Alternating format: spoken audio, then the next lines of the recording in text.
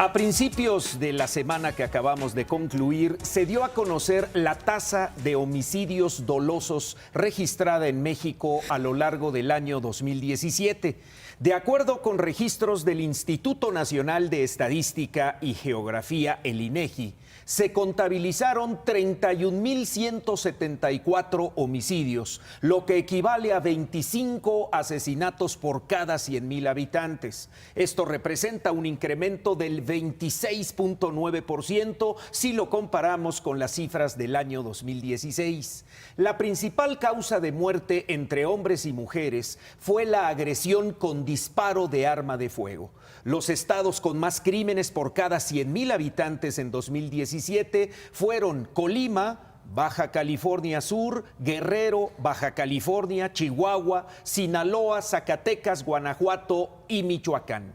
Esta cifra de homicidios dolosos constituye uno de los indicadores comparables que nos permiten medir la violencia que ahora hemos registrado en lo que va de 2018. Sin duda, un pendiente que deja esta administración federal, pero un problema a resolver para la próxima administración que entrará a partir de diciembre próximo. Ese es el tema esta noche, Entre Líneas, y me da mucho gusto darle la bienvenida a esta mesa a Leticia Robles, reportera y periodista de Excelsior. Leti, bienvenida. ¿Qué tal? Muy buenas tardes, buenas noches a todos. Gracias. También saludo a Gerardo Galarza, colaborador del periódico Excelsior. Gerardo, bienvenido. Martín, buenas noches a todos, buenas noches al público. Nos acompaña también aquí en el estudio Francisco Garfias, otro de nuestros colaboradores y columnistas del periódico Excelsior. Hola. Pancho, bienvenido. Gracias, gracias. Pues decíamos, acaba de darse a conocer la última parte de los estudios preliminares, todavía son preliminares, faltan todavía ajustar algunas cifras. El INEGI dio a conocer ya que por lo menos durante 2017, 31.174 homicidios dolosos en México. Una cifra que ya de entrada, Pancho, nos refleja un fracaso de la política en materia de seguridad pública y sobre todo una gran incógnita entre los ciudadanos de cómo será abordado este asunto a partir del próximo gobierno federal que toma posesión el 1 de diciembre. Bueno, y como bien tú lo señalaste, el 2018 no va mejor. Esas mismas cifras del INEGI ubican al 31 de julio ya la cifra casi en 14,000 muertos este año. Es decir, ¿cómo lo va a abordar? Pues sí tiene ahí, yo creo que el principal reto, un reto que ningún gobierno ha podido afrontar con éxito, que es detener esta ola de violencia que nos agobia ya hace muchos años. Todos sabemos que la propuesta de Andrés es una combinación de programas de desarrollo social, una ley de amnistía que no está muy claro a quién sí, a quién no, cómo se va a aplicar, pero definitivamente yo estoy convencido de que no va a poder regresar, por lo menos en la primera parte de su sexenio, al ejército, a los cuarteles. ¿Por qué lo digo? Porque él mismo ha señalado que en las poblaciones le piden que el ejército o la marina, en su caso, no se retire, porque se sienten desprotegidos y a la merced de la delincuencia organizada. Esto sí le pone un reto enfrente grande, mayor. No vamos a tener una supersecretaría de seguridad. Ya le pidió a Enrique Peña que envíe al Congreso una iniciativa para que cuando él llegue ya esté en la ley aprobada esta, lo cual yo, y no me dejarás de mentir, yo veo difícil que en lo que queda se pueda realizar, pero bueno, hemos visto que de la noche a la mañana de repente sí hay albazos. Ese sería mi primer comentario. Bien, Leti, sin duda que el próximo martes, en 2 días, pasado mañana, inician las mesas que ha anunciado Andrés Manuel López Obrador y su equipo encargado de todo este tema de la pacificación de México. pero arranca en medio también de una incertidumbre. Vino todo el incidente del Papa. Hasta el viernes pasado no habíamos tenido noticia del Vaticano. De hecho, publicaciones de prensa daban cuenta que la Nunciatura guarda silencio. El Vaticano no ha dicho "esta boca es mía" en relación a lo que había comentado la persona encargada de estas mesas, en el sentido de que se le había hecho una invitación al Papa para participar vía teleconferencia o videoconferencia en estas mesas de diálogo que arrancan el martes en Ciudad Juárez, Chihuahua. Y que evidentemente este silencio, Martín, implica que no hay una decisión del Vaticano o un convencimiento de que sea positivo para ellos participar en las decisiones de política pública. Recordemos que en este país y a nivel internacional, salvo las naciones que tienen reyes, ¿no? que son representantes de una iglesia, siempre el inmiscuir a la iglesia en la política pública tiene unos riesgos terribles para ambas partes. Y si pensamos que México es un Estado laico, así considerado formalmente, pues también es un riesgo superior. Pero yo creo que también este escenario que estamos viendo, como lo decía Pancho, esta ansiedad que tiene el nuevo gobierno de acelerar tiempos, lo está llevando a cometer algunas pifias lamentables. Una, no necesita que un presidente saliente le presente una iniciativa, menos como iniciativa preferente, porque yo veo muy difícil que Enrique Peña Nieto, que fue el que volvió a unificar la Secretaría de Seguridad Pública en la Secretaría de Gobernación, ahora diga, ¿qué creen que me equivoqué? Y pues ahora pues me desdigo, ¿no? Yo lo veo muy difícil, incluso hasta por un asunto de convicción y de dignidad personal, ¿no? Y dos, porque López Obrador tiene la mayoría absoluta en el Congreso, un Congreso que va a funcionar el 1 de septiembre y que no necesita más que uno de sus legisladores. El 2 de septiembre un legislador presente una iniciativa. Y sale en una semana. El día 4, que va a ser el primer día de sesión ordinaria, en cualquiera de las cámaras. En la oficialía mayor para que ya el 4 lleguen a leerla. Pero Gerardo, hablemos de procedimientos legislativos ordinarios. Sí. Ordinarios. La presenta el martes, como tiene la mayoría, el reglamento tanto de Cámara de Diputados como del Senado dice que aunque no haya comisiones, el Pleno puede dictaminar de manera directa una iniciativa que se considere por mayoría, es decir, por los López Obradoristas, que es prioridad. Y si la mesa directiva lo aprueba, así. ¿Y quién va a conducir la mesa directiva? Pues Morena, en ambas cámaras. Entonces eso se llama mecanismos de avasallamiento legislativo. ¿Tú crees o ustedes creen que van a escuchar la voz del PAN o del PRI o del PRD, que van a hacer unas bancadas sumamente raquíticas? Claro que no. Entonces, creo que evidentemente la realidad, que es mucho más difícil cuando ya se tiene el poder público en las manos que cuando se es oposición, los está llevando a eso, a tomar algunas decisiones que trastocan la estructura institucional del país, y aguas con eso. Uno, el involucramiento de la religión, de una iglesia, de la que sea. Y dos, el trastocar una estructura institucional que funciona. Claro. Para eso funciona. Y sin explicación, Martín, sin explicación, como la semana pasada hablábamos de los asuntos económicos, cuando no hay cómo, ni por qué, ni cuánto, pues es lo mismo, son ocurrencias. Es decir, yo aporto un poquito más de lo que dijo Leti. Y Pancho, esta secretaría la creó Vicente Fox, ¿no? Y la operó también Felipe Calderón. Y como tú bien dices tú, el presidente Peña Nieto lo echó para atrás.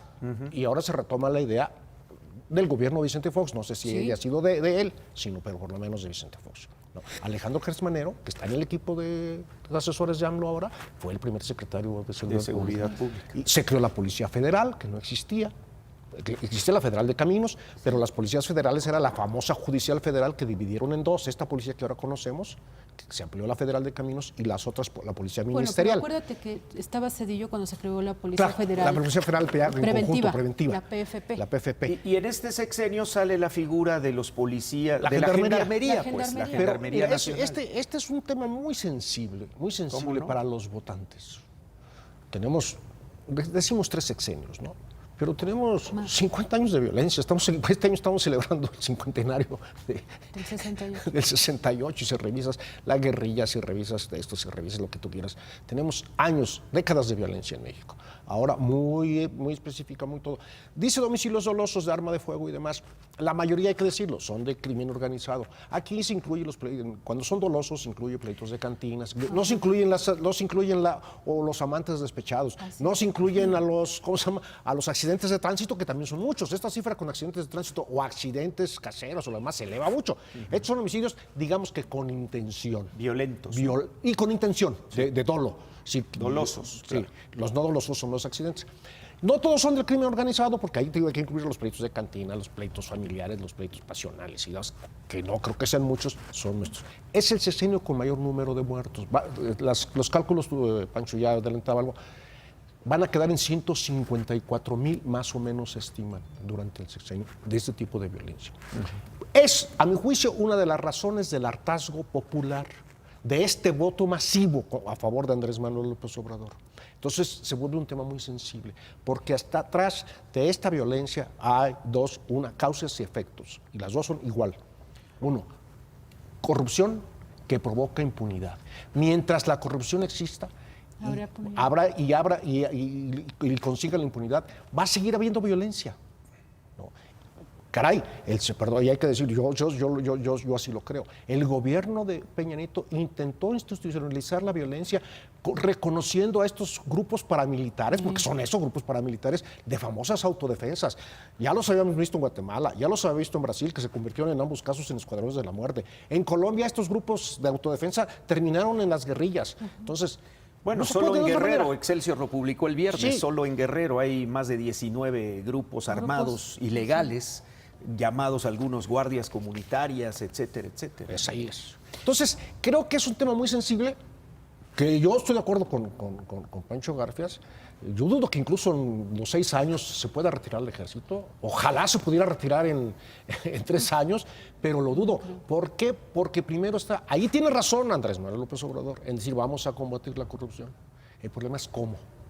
¿Cómo? ¿Cuándo? ¿Y con cuánto? Sí. Mientras la corrupción pueda lograr impunidad, va a seguir habiendo violencia, va a seguir habiendo tráfico de drogas, va a seguir habiendo todo lo que estamos viviendo.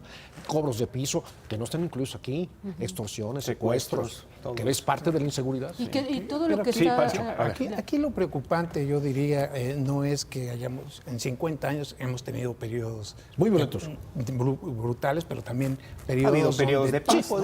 Tú y yo caminábamos sin problema por la calle siendo niños. Sí, Íbamos al parque sin problema. Y hasta todavía llaman un poquito mayores, ¿eh? Sí. Y ya está, bueno, un poquito mayores, con más razón. Pero me refiero, yo me acuerdo que íbamos al parque, mis hermanos y yo, solos, sin nada. Sí. Entonces, esos tiempos ya cambiaron. Lo preocupante, Gerardo, en este caso, es la forma en cómo esto se ha incrementado, los homicidios, el año, desde que se llevan estadísticas. Sí, el 17 estoy absolutamente de acuerdo. Es el peor año. Y el 18 va a ser el peor. Bueno, vamos en 14 para llegar a 30, vamos más allá de la mitad del año, vamos a ver si se alcanza, pero no está lejos. No está lejos, sí. El fenómeno ahí está y necesitan, de toda evidencia, otra estrategia para combatir al narcotráfico. Abrazos, no balazos, que es digamos el lema que perdón. Déjame aterrizar también la idea. Hay que pensar también que este tema le ha servido a Trump para atacarnos. Hace 2 días o 3 sacó un tuit diciendo que bárbaro, el 27 por cada tantos mil habitantes, por cada 100,000 habitantes, es altísimo, es una barbaridad y tal. Por eso el muro tiene que elevarse para la seguridad de nuestros compatriotas, nuestros ciudadanos. Es decir, tiene repercusiones no solo internas, sino también externas. Y el luto que es la peor de todas. Ese es un asunto que me interesa mucho tocar, esto de abrazos no balazos, de amnistía, que no queda claro cómo será. Pero eso más bien son eslogans. Sí, pero son eslogans que pegan en la gente. Martín, que llevaron a este señor a la presidencia de la República. A ver, es que ahorita viene lo que decíamos al principio. Víctimas. ¿Cómo? Pensemos en las familiares de las víctimas.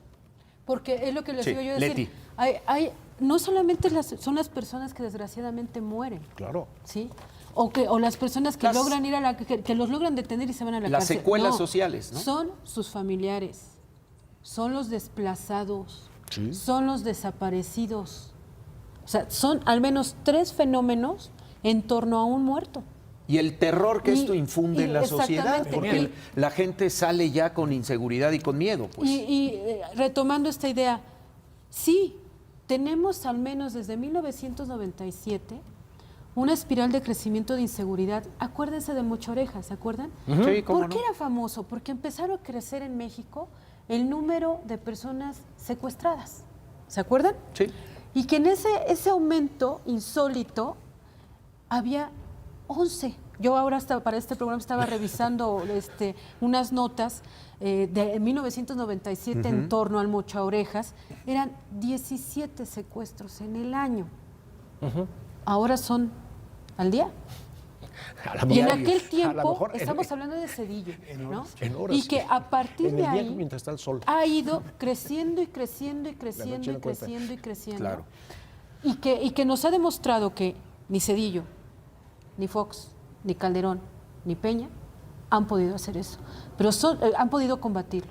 Pero estamos hablando de 21 años en los que el código familiar se ha extendido para aceptar la violencia, la criminalidad, la delincuencia como un asunto cotidiano aceptable. Por eso nosotros vemos fenómenos donde la esposa, la hija, la esposa o la mamá de un delincuente sale a defenderlo públicamente, ¿no? Sí. Vamos, si les parece, a una pausa y sí me gustaría regresar después de este primer acercamiento al tema de la violencia.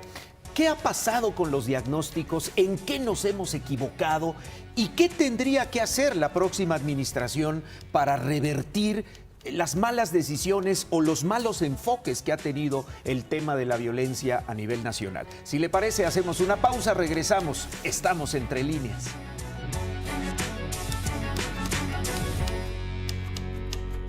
Estamos de regreso Entre Líneas y vamos a profundizar ahora en las causas de la violencia, los diagnósticos quizá mal elaborados o el mal diagnóstico que se ha hecho desde hace más de 20 años sobre qué fue lo que le pasó a la sociedad mexicana para tener estos niveles de homicidios dolosos, por ejemplo, como lo ha señalado a principios de la semana que concluimos el INEGI. Gerardo, ¿qué ha fallado en el diagnóstico? Siendo críticos, yo sé que no tenemos la verdad absoluta, pero sí como ciudadanos podemos ver, y más como analistas, podemos revisar dónde se han equivocado los gobiernos anteriores, dónde se equivocó esta administración y dónde no tendría que equivocarse los que vienen a partir de diciembre próximo. Mira, yo insisto en que si los diagnósticos no parten en que esto está generado por la impunidad, que a su vez es provocada por la corrupción, cualquier diagnóstico falla. Se combatió con policías federales, se ha combatido con policías, gendarmería, con el ejército, con la marina, con cuerpos de élite, y la violencia no para. La semana pasada, por allí circuló un video, acuérdense, en Nayarit, entre los límites de Nayarit y Jalisco, en las redes sociales, en donde 14 camionetas último modelo blindadas transportaban a miembros de un cártel con aparentes uniformes del ejército. Y la autoridad brillando por su ausencia. Es decir, si tú como ciudadano, Leti, tocaba hace ratito algo al asunto de las familias, pero si tú como ciudadano ves que estos señores pueden hacer esto en una carretera, sea federal o sea estatal, bueno, si a ellos no les pasa nada, ¿a ti qué te va a pasar porque le saques la cartera a un conciudadano en el metro? ¿no? Y lo estamos viendo como frecuentemente los periódicos de la Ciudad de México publican de que pues, el fulanito asaltante que murió en tal de había entrado en los últimos 3 años, había entrado 10 veces a la cárcel y las 10 veces había salido. Es decir, son problemas diferentes y con características diferentes y tampoco tan impresionantes uno como el otro. Pero parte de eso, de la impunidad. ¿Y de dónde viene la impunidad? De la corrupción. El problema de la corrupción en México, y es donde creo que Andrés Manuel no se atreve, no porque no lo sepa, espero que lo sepa. Y todos debíamos saberlo. El problema de la corrupción es que siempre creemos que los políticos son corruptos, y lo son, la mayoría, sin duda. Pero junto con el político corrupto existe un empresario, existe un ciudadano, existe lo que tú quieras. La mordida. La mordida. Sí, la corrupción es de dos. Nomás nos gusta decir los políticos corruptos. En México también hay muchos ciudadanos corruptos. Sí. Jueces, digamos que los jueces caerían entre los políticos, así entre comillas. Funcionarios corruptos, iniciativa privada corrupta, ciudadanos corruptos. Entonces, creo que ahí está el problema. Allí yo pienso, esa bandera de la lucha de la corrupción de Andrés Manuel es correcta, pero, lo advierto, Garfias y yo lo podemos decir, ya reportábamos cuando surgió la renovación moral de la sociedad. Con Miguel de la Madrid. Con Miguel de la Madrid. Que yo me acuerdo de un férreo debate en aquel colegio electoral del año 81, 82, sí, 82, cuando empezaba Miguel de la Madrid, donde incluso a un legislador panista casi lo vetan porque dijo, ¿cuál renovación moral? Es renovación del moral y se van a seguir robando estos señores. Y bueno, pues se armó ahí. Yo creo que la corrupción no solamente tenemos que ver la cuestión del robo, pues, ¿no? Sino de cómo perviertes la administración de la justicia, que eso es el problema principal de la corrupción. Mediante cochupos a los jueces, a las cárceles. Cuando llegan a la cárcel nuestros compañeros delincuentes, entre comillas, compañeros delincuentes, pues ya cuando están sentenciados, la mejor manera de evadir la justicia es saliendo de la cárcel. Bueno, se hizo un túnel de no sé cuántos kilómetros sin que nadie se diera cuenta. El Chapo. El del Chapo. Y mira, a ver, Leti. Al principio del sexenio de Enrique Peña Nieto, recordemos, quiso darle un giro al combate a la delincuencia y se fueron por un diagnóstico. Agarran este modelo que se aplicó en Ciudad Juárez, lo traen para nivel nacional. Yo tuve la oportunidad de ver los primeros pasos de ese trabajo que estaba a responsabilidad de Roberto Campa Cifrián.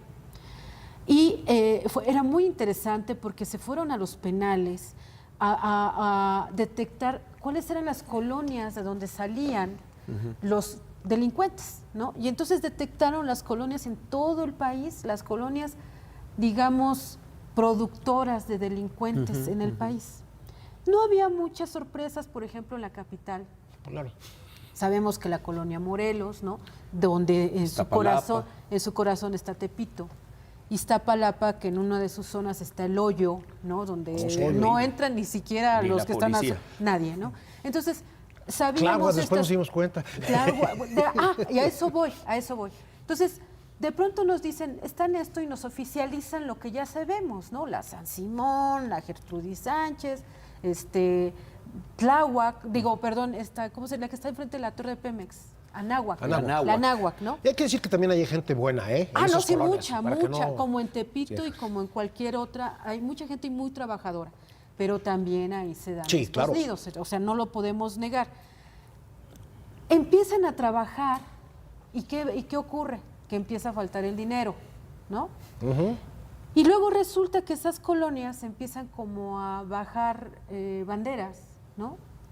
Pero luego sale Tláhuac, luego sale la Roma. Se multiplican. Se empiezan a mover hacia otros lugares. Y se inventa un término que se dice efecto cucaracha. Cucaracha. Y hace momento que hablaba sobre las estadísticas del INEGI, tú ves los estados Colima, Baja California Sur, Zacatecas, Guanajuato, que eran entidades... Pero hay un dato aparentemente seguras. Hay un dato terrible. Seguras, no está Jalisco. ¿No Y está sabemos, Jalisco? y sabemos que en Jalisco, pues Bueno, ahí está quizá el cártel Jalisco Nueva Generación. por ejemplo, y no está Jalisco aquí.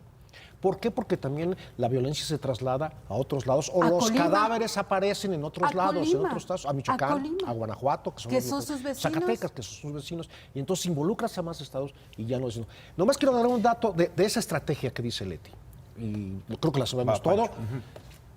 Venía de Ciudad Juárez y se había inventado en Tijuana. Es una estrategia Así es. de gobiernos estatales y municipales panistas, con un jefe policíaco, se me va el nombre ahorita, que tiene un apellido vasco. Militar.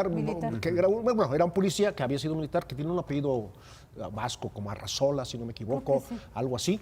Y había funcionado en Tijuana, que habían bajado los luego índices, Juárez. y luego en Juárez, y lo trataron de importar. Y ya no y ya no funciona a nivel nacional. Pancho. Bueno, yo indiscutiblemente coincido aquí con Gerardo que el principal motor de esta violencia, digamos, el que empuja toda esta violencia, es la impunidad, sin ninguna duda. Sabes qué puedes hacer y que no va a haber Y que no te consecuencias. castiguen. Sí, pero estamos obviando un tema que es también muy importante en este asunto, la policía municipal. Claro. Que es ahí El primer contacto. donde empieza la cadena. Es decir, policías municipales mal pagados, mal entrenados, Mal equipados. mal protegidos, que terminan convirtiéndose en cómplices. O en delincuentes mismos. Por eso, en cómplices de la delincuencia, haciéndola de halcones, dando tips o incluso participando en operativos como se sabe. ¿Por qué entra el ejército? Claro. Entra el ejército porque la policía municipal está completamente cooptada por el crimen organizado. Por supuesto. Ese es el motivo por el que llega. Y no han atacado ese problema, se la han pasado todos estos años en el Congreso, en el gobierno, hablando de que si mando único, que si mando mixto, que si... Controles de confianza. Controles de confianza. Secretaría Seguridad Nacional, Seguridad Interior, que Seguridad sí. Pública, ¿no? Y Guardia finalmente, las policías municipales siguen exactamente en la misma situación. Yo creo que Mal peor. pagadas, mal preparadas y siendo cómplices. Lo vimos recientemente en San Martín Texmelucan, Claro, que estaba Puebla. involucrado hasta un regidor ahí en el tema, ¿no? Del huachicol y todo este... O sea,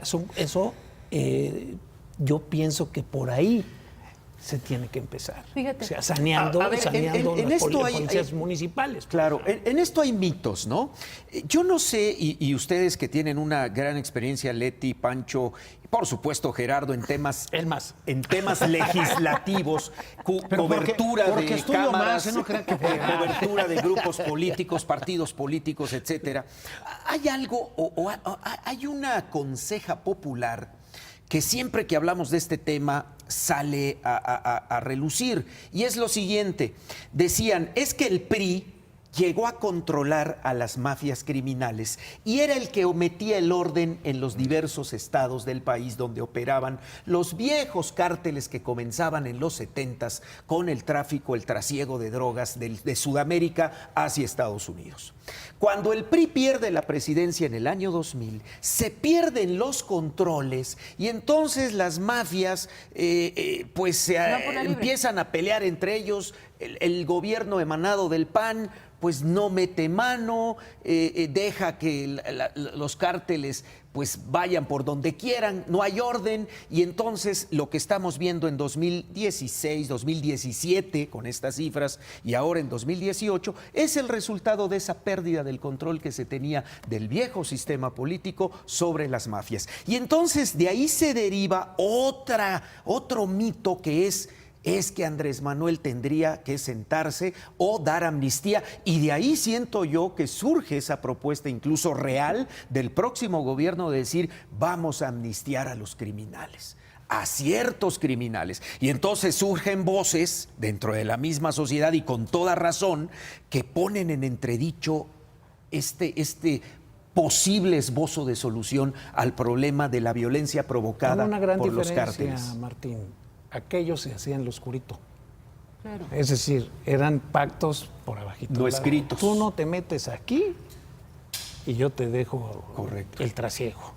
Pero si te metes aquí, Voy por ti. ¿Qué tanto Y ahora, funcionó eso? A Mira, ver. pues yo creo que Digo, a juzgar por los resultados, funcionaba muy bien. Funcionaba mucho mejor que lo de que lo que, estamos lo que, viviendo lo que ahora. ocurre ahora. Ahora, hay algunos personajes que están regresando a la vida política Pública. que fueron de aquel tiempo, Bueno. ¿no?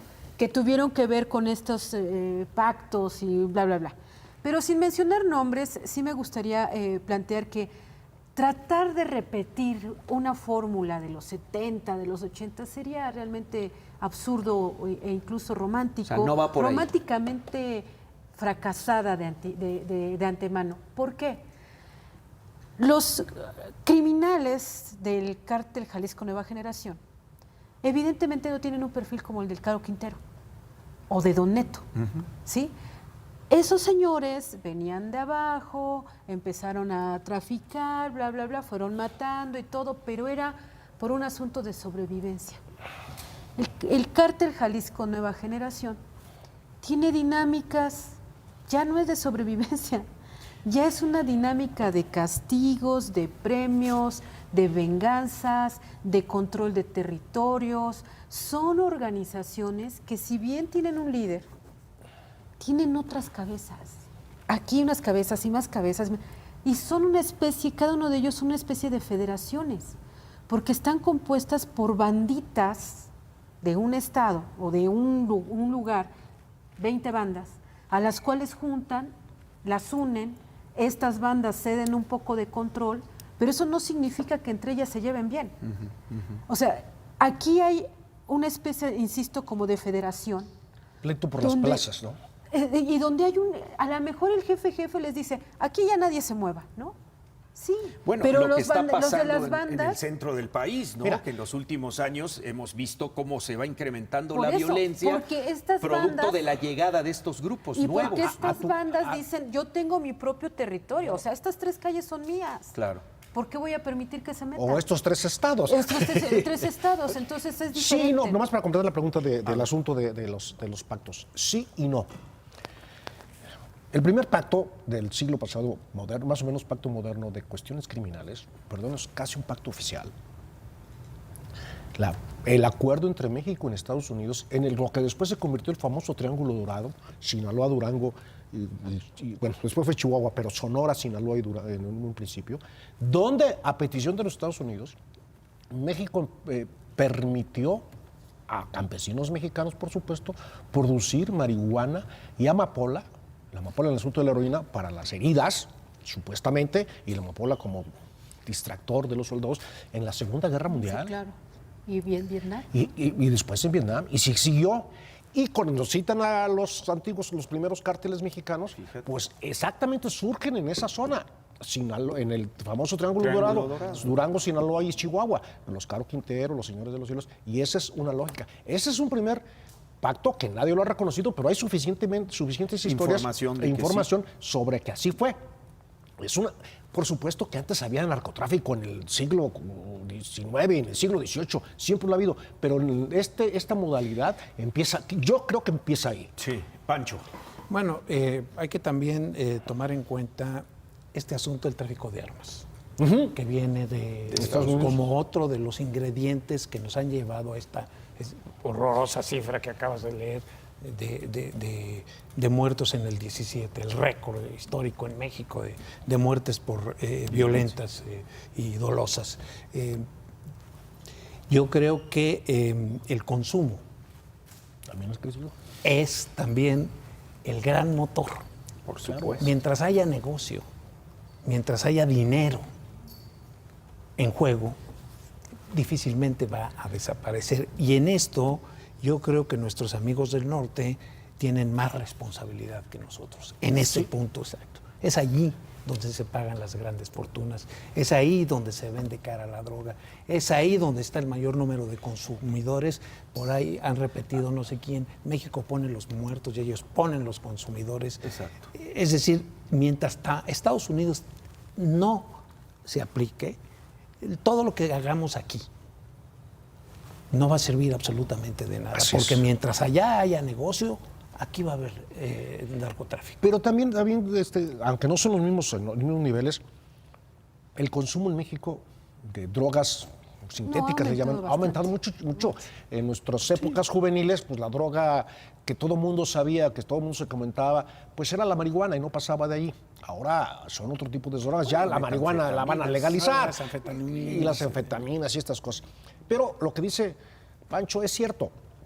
Dicen es que los cárteles les imponen a los restaurantes de la Roma Condesa, vas a distribuir drogas. Claro. Perdón, si ninguno de los clientes de esos restaurantes compraran, pues no sería negocio. Sí. ¿Y por qué te obligan? Pues porque no hay una autoridad que venga y te diga, que te proteja para que tú no puedas estar obligado. Sí, porque si no aceptas que se mete el dealer al baño a vender, exacto, te queman el negocio. Pero también eso habla de un vacío de autoridad. O sea, los estados que refiere el INEGI en 2017 son estados en los que hemos visto, pues por lo menos conflictos políticos que han derivado en vacío de autoridad. Y eso lo aprovechan las bandas criminales para permear, para irse metiendo a lo más profundo del entramado social, y con eso vas teniendo mucha aceptación, incluso entre lo social, por lo que decía Leti, los mismos familiares de quienes se dedican a esto son los primeros que defienden a los criminales. Yo estoy de acuerdo con Graves, empieza desde abajo. Empieza en los municipios, empieza con los policías estos. Empieza desde la familia. Claro, por supuesto, para no decir claro que pero empieza desde el asunto institucional empieza en los municipios. Vamos a ir a una pausa y regresamos para el tercer bloque de esta mesa sobre la violencia en México que viene después del 1 de diciembre. Estamos entre líneas, continuamos después de estos mensajes. Continuamos entre líneas platicando sobre el panorama violento del 2017 y lo que vendrá quizá o lo que se tendrá que hacer a partir de diciembre del año próximo con este gran pendiente de la inseguridad pública que deja el actual gobierno federal. Y en una de las declaraciones de quien ha sido propuesta para ocupar la Secretaría de Gobernación en el gobierno del virtual presidente electo Andrés Manuel López Obrador, la doctora Olga Sánchez Cordero, ella decía hace 15 días, 2 semanas más o menos, que ella tenía carta abierta de Andrés Manuel López Obrador para atacar a fondo este asunto y hablaba incluso de la legalización de la marihuana. ¿Es una solución el tema? Es un debate ya muy viejo esto de legalizar o no el uso de la marihuana, pero hoy se dice que México ya está preparado para entrar a ese debate y a una posible legalización en el uso lúdico de la marihuana. Leti. Bueno, el uso medicinal ya lo tenemos ya aprobado, terapéutico, ¿no? Falta el reglamento porque se hacen bolas hasta qué punto un particular va a poder comercializarlo bajo la vigilancia del gobierno federal. Pero yo lo que creo es que ya llegamos tarde incluso a esa legalización porque los grandes grupos o cárteles que nacen con el narcotráfico extienden sus tentáculos a otras áreas. Sí, se diversifica el delito, ¿no? Sí, y yo creo que ¿qué vas a hacer? Les vas a facilitar su comercio principal, que es el narcotráfico, ¿no? Pero yo no los veo renunciando al control que tienen de las regiones. No los veo renunciando a seguirles cobrando derecho de suelo o derecho de piso a los comerciantes. No los veo renunciando al control de un territorio, así como las bandas de los cholos, de los panchos, de todos los que hemos conocido. Todos ellos no necesariamente son narcotraficantes, son violentos y tienen controles de mujeres, hasta de cigarros, vamos, ¿no? Cigarros piratas. Sí, cigarros piratas, de música. Y la música no está prohibida, es legal, ¿no? Pero ellos también comercializan con eso. Entonces yo creo que será bueno para una política pública de sanidad para los consumidores, ¿sí? Pero no creo que sea el gran factor que atenúe la violencia. Sí, Pancho. Bueno, evidentemente yo estoy de acuerdo con la legalización de la marihuana. El riesgo que le veo a esa política es que migren a otras actividades que les reditúen dinero. ¿Qué ha pasado? Por ejemplo, por ahí leí alguna nota donde dicen que el huachicol ya les genera más ganancias a los a la crimen delincuencia organizado. organizada que el tráfico de droga. No, bueno, la marihuana yo creo que necesariamente camina hacia la legalización. Incluso la Suprema Corte de Justicia acaba de otorgar no sé cuántas a otras 8 personas el permiso para usar lúdicamente fumar marihuana, que ya pueden comprar. Lo que no ha autorizado es la venta. Exacto. ¿Sí? Entonces, Ni la siembra. Ni la siembra, ni nada. Pero bueno, yo creo que naturalmente caminamos hacia allá. Estados Unidos, varios estados, muchos estados Que no han acabado con el tráfico no han acabado con el tráfico de las drogas. Pero cobran impuestos, se vende y disminuye la violencia en ese negocio de la marihuana. Mira, ¿sí? Aquí en Tepito y por la mota, aguas, ¿eh? Yo creo que el asunto de la legalización tiene que ser global, si no, no funciona. Vamos a suponer que aquí la Suprema Corte decida, el Estado mexicano decida legalizar siembra y distribución de marihuana. Y comercialización. Comercialización. Dentro de 3 años tenemos a todos los cárteles de todo el mundo instalados en toda la frontera norte nuestro. Esperando la remesa. Esperando la lana que venga de Estados Unidos. ¿Por qué? Porque van a querer producir y eso va a producir más violencia. Porque los cárteles mexicanos van a decir, no, espérate. Pero en Estados Unidos se produce. No, por eso, pero no produce la cantidad que está... Ni la calidad. Ni la calidad.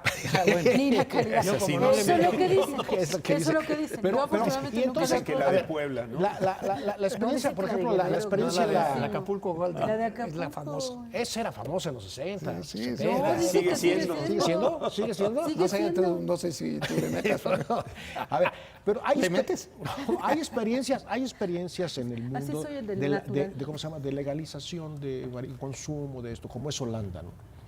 Y si tú les preguntas a los procuradores holandeses, pues están muy contentos. A mí una vez me tocó entrevistar a un ministro de salud, el equivalente al secretario de salud de Holanda, y me decía, párenle, no saben en lo que se meten. Uruguay legalizó también marihuana con el gobierno de José Mujica. ¿Qué pasó? No tienen cárteles. El problema es Colombia, el problema es México.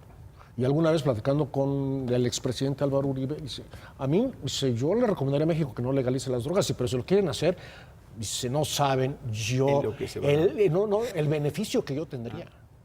Mis cárteles no van a estar en Medellín, ni ¿cómo se llama? El del Valle, el Medellín y el de Cali. Vamos a mandar para allá. Pues se van a ir para allá naturalmente, ni siquiera los van a necesitar correr, pues allá es legal la actividad, ¿para qué me expongo a que me estén persiguiendo desde aquí, desde Colombia hasta México? Ese es el asunto. Ahora bien, como narcoeconomía, ¿no? Sí, yo lo que estoy de acuerdo con Pancho Garfias en el sentido que, bueno, sí, hay un camino de legalización a la marihuana, pero las drogas duras que se llaman ahora, las drogas sintéticas, nadie las está legalizando. Y esas son las que están produciendo el más dinero.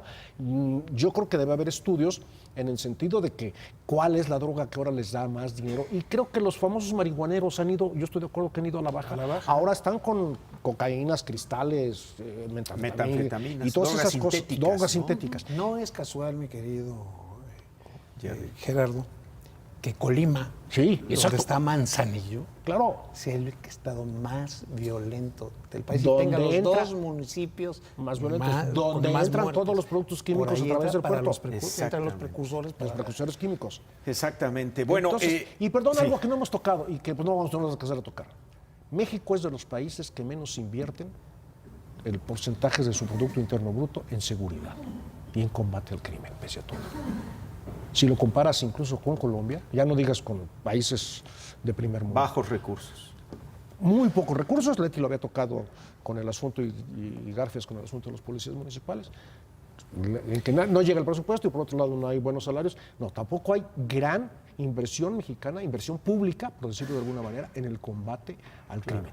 Si les cobran los uniformes. Pero Si les cobran los uniformes. Sí ha habido un incremento No, sí, en la defensa. sí y- ha habido un incremento, pero todavía estamos por muy Marina, abajo de los niveles internacionales. Correcto. La semana que terminamos, el viernes concretamente, ocurrió una reunión que a los analistas les ha llamado mucho la atención. Andrés Manuel López Obrador recibió en su casa de Tlalpan a desayunar al ex candidato presidencial del PRI, José Antonio Meade.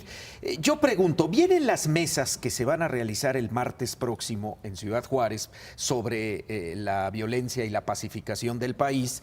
¿Qué tanto podemos esperar que este nuevo gobierno que tomará posesión el 1 de diciembre realmente escuche a la sociedad, pero también escuche a otros actores políticos que estoy seguro mucho tendrán que aportar? Y bueno, a la luz de lo que vimos el viernes, Pancho, quizá pueda ser también una solución integral al problema de la violencia, el sumar a otros sectores de la economía, de la política, de la sociedad, padres de familia, víctimas de la violencia.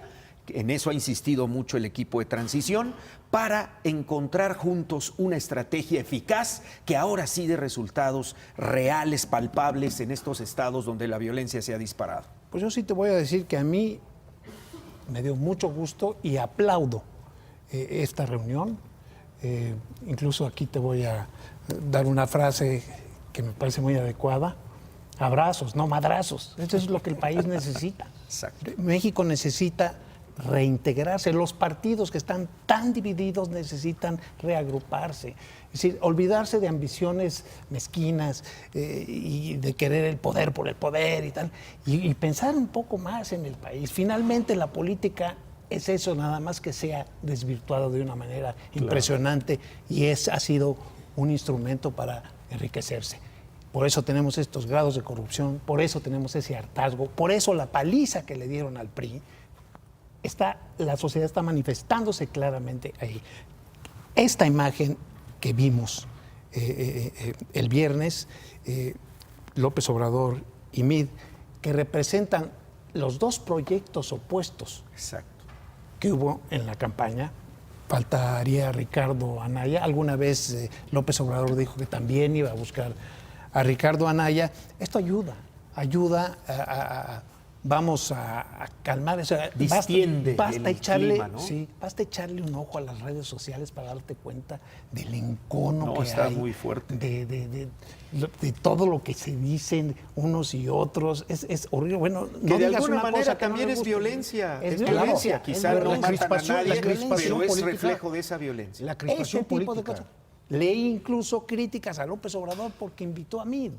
O sea, ya están verdaderamente, ahora sí que en el ácido, creo, ya que estábamos en las drogas, molestos porque se reunió con Andrés Manuel. Si no se trata de dividir, sino de sumar, no se trata de darse de trancazos, sino de ir unidos para mejorar este país. Incluso manteniendo las diferencias, ¿eh? Sin renunciar a posiciones, por supuesto, se puede. Esa es la política. Pero ese es lo que diálogo. decíamos. O sea, ¿por qué no escuchar al adversario o al que piensa diferente y decir, caray, no había yo pensado esta parte, o esto que dices lo podemos subir a la estrategia? Es decir, que sea una estrategia de todos y no una visión autoritaria de alguien que quiere imponer un modelo que al final del día hemos visto que no ha dado resultados, por lo menos en los últimos 20 años. Leti. Yo digo, también me da mucho gusto que los adversarios políticos se encuentren, ¿no? También me recordaron mucho a Fox, por ejemplo, cuando se reunió con La Bastida, con Cuauhtémoc, ¿recuerdan? Él fue a buscarlos, teníamos esas imágenes. Pero lo fue a buscar como candidato. No, después, porque a mí me tocó cubrirlo. Bueno, yo también cubrí. Yo cubrí fui a la casa de... Me acuerdo de pero sí esas se reunieron, reuniones. ya cuando él ya era presidente electo, se reunió con los dos, pongámoslo, por separado. Pero bueno, las imágenes son importantes y además después de que vivimos 2 sexenios en el que el candidato perdedor nunca aceptó haber perdido. Y una campaña muy violenta, y no por ellos, una campaña donde murieron candidatos asesinados en Michoacán, en Guerrero. ¿Qué? Más de 100. No, iban 132. 140 y pico. Cuando la otra vez que hablamos de eso, cuando 132. de eso eran 132. Pero a lo que yo me refiero es que, a diferencia de lo que ocurría en aquel año de Fox, en que Cárdenas era líder de una izquierda y La Bastida líder de los priistas, derrotados por primera vez, yo ahora veo a un Meade que no es líder del priismo, ¿no? Entonces, qué bueno que se reúnan, qué bueno que haya diálogo, qué bueno que se muestre que hay concordia, que hay voluntad política. Pero Meade representa ojalá, una generación, mira, yo, de por eso te jóvenes digo, políticos, ¿no? Por eso te digo, yo no lo veo No tanto como priista, porque ni es priista. Pues. Yo no lo veo como algo negativo, me parece muy bien. Yo lo que tengo mis dudas es que realmente influya en acabar con estos enconos que todos los días nos encontramos en las redes sociales y en el Pues cotidiano. Es mejor el diálogo en el que los cotidiano, pleitos, ¿no? Digo, Entonces, y las descalificaciones. ojalá impacte. Yo tengo mis dudas, pero ojalá. Yo sí creo que sí ayuda, francamente. Yo creo que si la gente ve que López Obrador se sienta con Meade, platica con él y tal, los más violentos sabemos que, o los más agresivos, voy a eliminar la palabra violento, o retirar la palabra violento, los más agresivos son los partidarios de López Obrador. Sí. ¿Sí? Entonces, yo creo que al ver que López Obrador abre ese espacio, claro, ayuda. Eso sucede en los países más democráticos del mundo, que se reúne la oposición con el presidente electo o el presidente en funciones para ver qué se puede hacer en conjunto. Eso se llama hacer política y más política. Me gustó esa frase que dijo hace 3 días Andrés Manuel López Obrador ahí en el patio de su casa de Chihuahua. Diálogo y más diálogo. Que es como Carlos Salinas de Gortari, política, ¿te acuerdas? Y más política. Destaparon el PRI. Yo estoy de acuerdo con ambos, ¿no? Evidentemente. Creo que aunque comparto la opinión de Leti de que pues, no encabeza un gran grupo priista. No es que encabece, es el hecho de que lo que simboliza. Es un símbolo, pero ¿no? además significa, a ver, yo creo que, usando mi palabra encabeza, él es una cabeza de un grupo importante de mexicanos, con partidos o sin partido, que tienen otra formación, que tienen otra manera de vida, que han vivido otro México y demás, que también tienen que ser tomados en cuenta, más allá de que pertenezcan o no pertenezcan a un partido político. Políticamente, Meade y López Obrador son absolutamente opuestos, por lo menos en México. Dos modelos completamente totalmente distintos. Bueno. Entonces, qué bueno que haya eso, qué bueno que haya ese diálogo, que no se descalifique. A mí me preocupó, me dio mucho gusto, pero me preocupó el mal humor de Andrés Manuel al terminar la reunión, sí, que se reflejó con los reporteros que estuvieron presentes afuera. ¿Sí? Parece que el diálogo adentro no fue, pues por lo menos ese lenguaje te da la impresión de que no hubo acuerdo. Por lo menos, no digo que haya sido una mala reunión. Pues no sabemos qué fue lo porque no se ha informado. Pero es que no era para hacer acuerdos. No era una... O sea, pero a ver, Martín, era el símbolo que mandas a la sociedad. Es el mensaje que hay atrás de esa reunión. Tú desayunas con alguien para dar un mensaje simbólico. Claro. Y terminando el mensaje, pues casi no se lo dijo a él, como hiciste más, a los reporteros. ¿Ya qué más quieren? Ya se los dije, ya esto, ya aquello, ya les mandé un video. No, molesto, algo pasó. O sea, no quiero que pasó. Bueno, pero pues ya eso ya es entrar en la especulación. Porque no hay información, Pero estás interpretando porque de repente todo, ¿viste cómo se puso Cuauhtémoc Blanco cuando le dieron el camarazo? Exacto. Oye, por cierto, yo nunca vi que le hayan pegado. No, bueno. A ver, tengo el video de frente y va caminando y de repente le hace así. Llegamos al final, muchas gracias. Creo que es un tema que tiene muchas aristas y el martes próximo inician estas mesas que seguramente arrojarán más información para el análisis de este gran tema que es la inseguridad pública. Muchas gracias a nuestros panelistas y gracias a usted en casa. Nos vemos de aquí a 8 días.